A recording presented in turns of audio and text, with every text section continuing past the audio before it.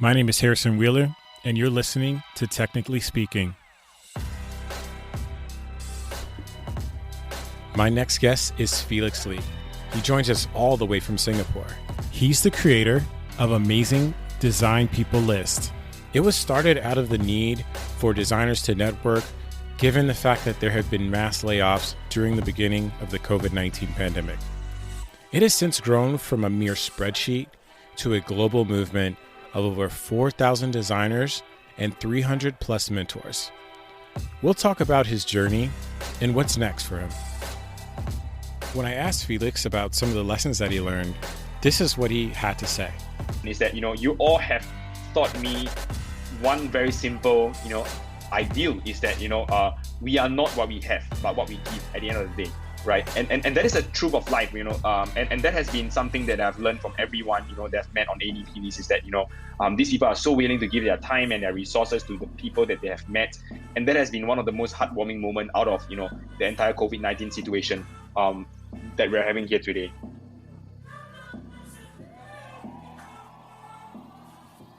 Harrison, thank you for having me up on your podcast. Really an amazing time to be here with you today. My name is Felix, and I am a design lead at GoTrade, which is a Y Combinator startup that just graduated. And what we do is that we help people in Southeast Asia to invest in US stocks, right? Think Robinhood for Southeast Asia. So that is my full-time freelance job. And on another full-time note is that I'm in the military service in Singapore. So I'm actually serving the military service, and I'm actually a combat medical specialist. So there I help people in terms of like medical stuff there as well. And then I'm a product designer first and foremost above anything else. So that is what I love doing. That is who I am. So yes, I'm a product designer based here in Singapore. That's about me. Awesome. Wait, so what is you being in the military? Is that something that's voluntary, or is that something that everyone has to go through? So that's interesting because everyone in Singapore, all the boys, have to go through military service for 2 years. Oh, wow. So how has that had an effect in terms of you going into product design? So, I started product design back when I was in school. I didn't come from an ordinary design background. I didn't went to any art school.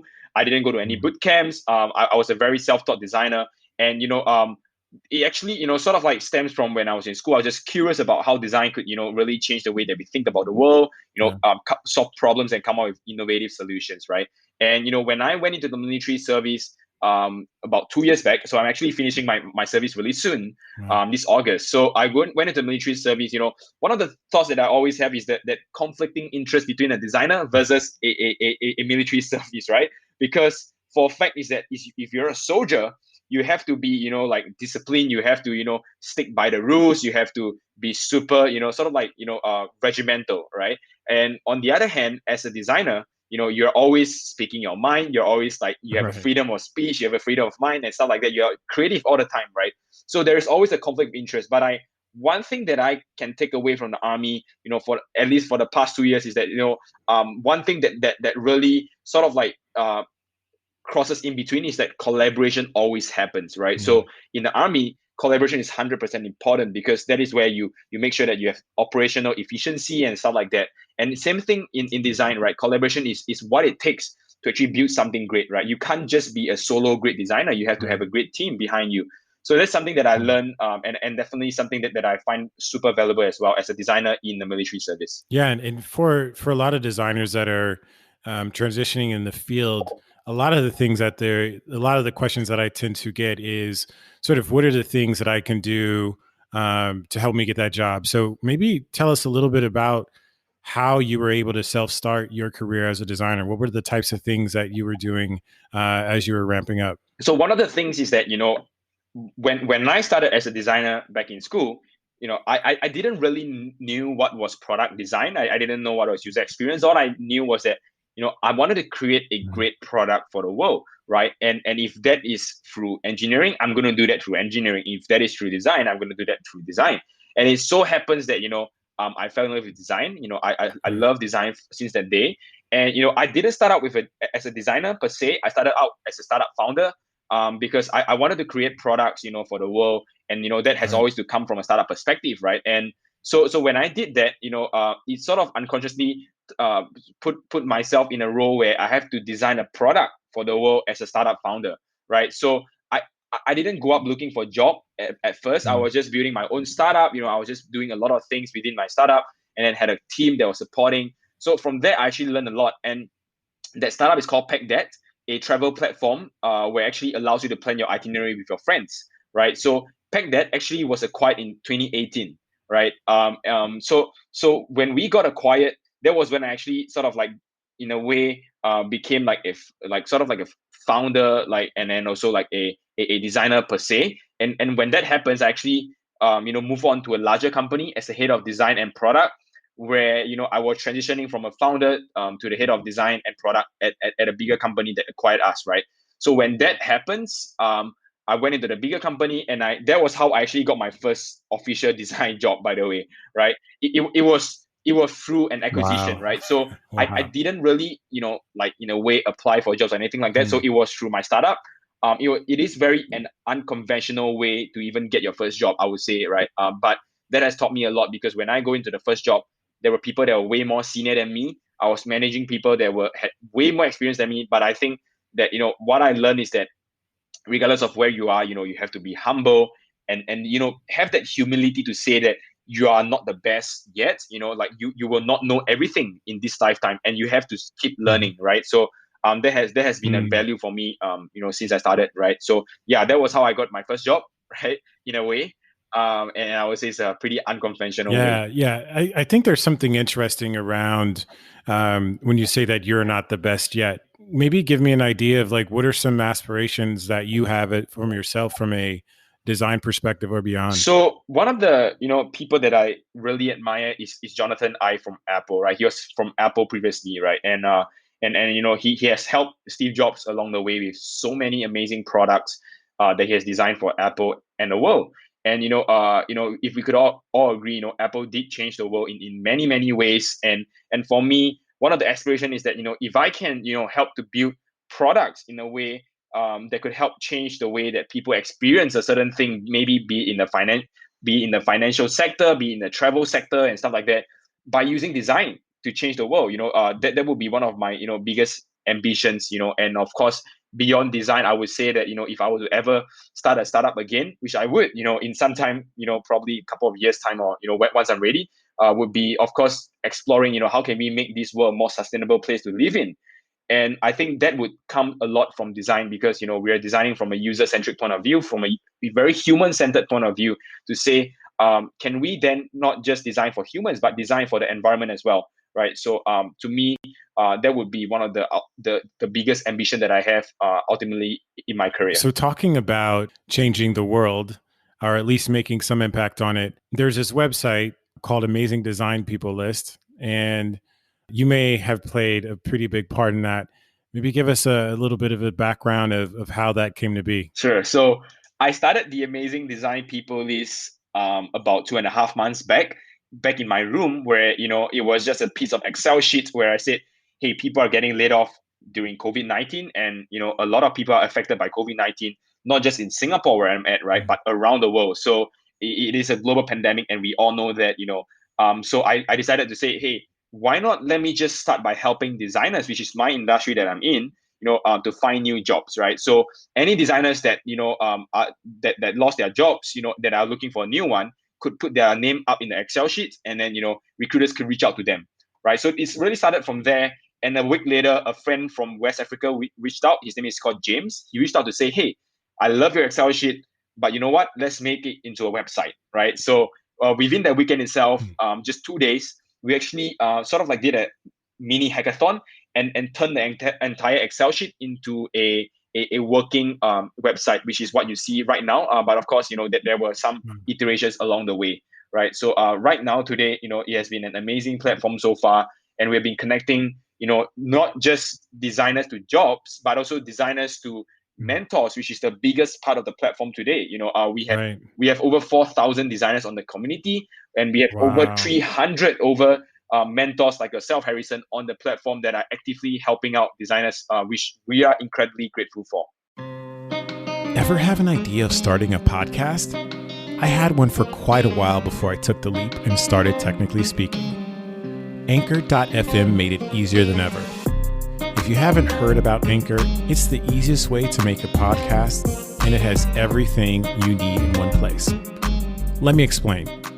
There are creation tools that allow you to record and edit your podcast right from your phone, tablet, or computer. It handles all of your distribution so it can be heard on Spotify, Apple Podcasts, and many more. And you can make money from your podcast with no minimum listenership. Did I mention it's free? Download the free Anchor app or go to anchor.fm to get started.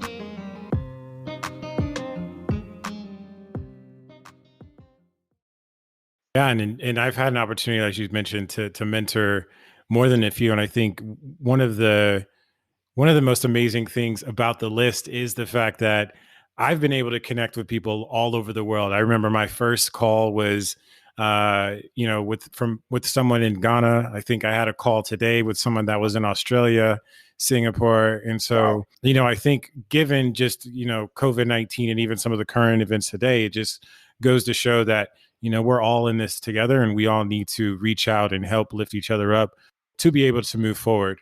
Give me an idea of just like where are your mentors from that are a part of the ADP list right now? Yeah, so before I talk about that, I just want to say something that for everyone that's listening to this is that one of the lessons that all the mentors, including yourself, Harrison, is that you all have taught me one very simple, ideal is that we are not what we have, but what we give at the end of the day. Right. And that is a truth of life, and that has been something that I've learned from everyone, that I've met on ADP list is that, these people are so willing to give their time and their resources to the people that they have met. And that has been one of the most heartwarming moments out of, the entire COVID-19 situation that we're having here today. So, back to the question of, where the mentors are coming from, the mentors comes from all around the world. We have mentors from Iran, we have mentors from Korea, we have mentors from Switzerland, Singapore, US, India, anywhere that you name it, right? So that is just in terms of geography. But in terms of the places that they work in, you have amazing mentors that come from like LinkedIn, that comes from Salesforce. The director of Salesforce is even there. Director of Facebook, Google, Apple is there. So these are amazing mentors coming from huge companies that are supporting this community as well. Was this something that you ever expected? Honestly, when I started the Excel sheet, I wasn't expecting it. I wasn't expecting it to be this way. But I say that if it happens, we just had to work hard for it right now. What would you say are some of the biggest takeaways so far for you? Takeaway, from the amazing design people, this is that, the power of belonging and the power of community, right?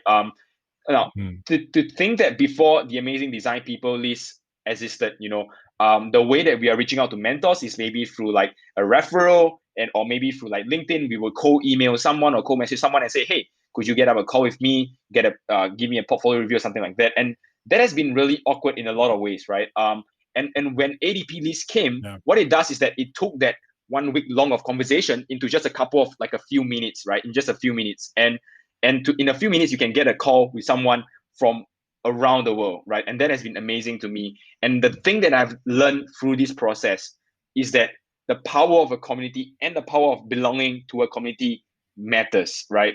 Because when we create an environment like that, when people can be so open to connect to one another, what we realize is that genuine friendships are being formed, genuine mentorships are being formed as well. And, those are things that are deeply rooted in the values of ADPDs itself, right? And I've learned a lot about, different cultures and just different people. And I would say that, it inspired me to be a better human.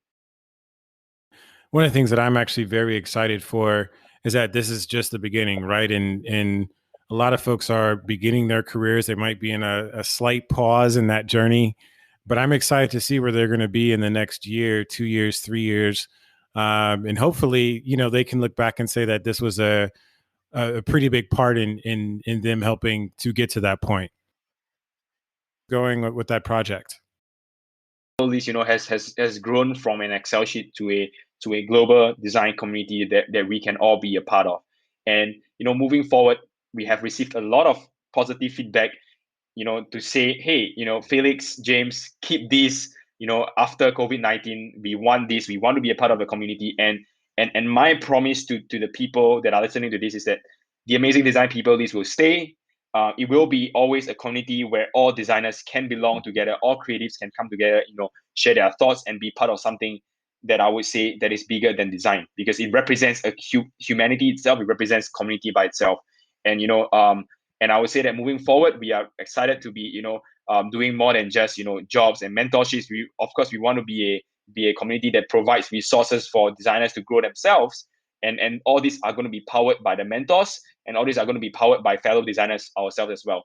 So we are excited to be introducing new features that are going to come up really, really soon, by the end of the year, or by even the end of this quarter, right? So we're definitely looking forward to a lot of exciting things. Kudos to you, man. I just love the energy that you bring, and just the commitment to that cause.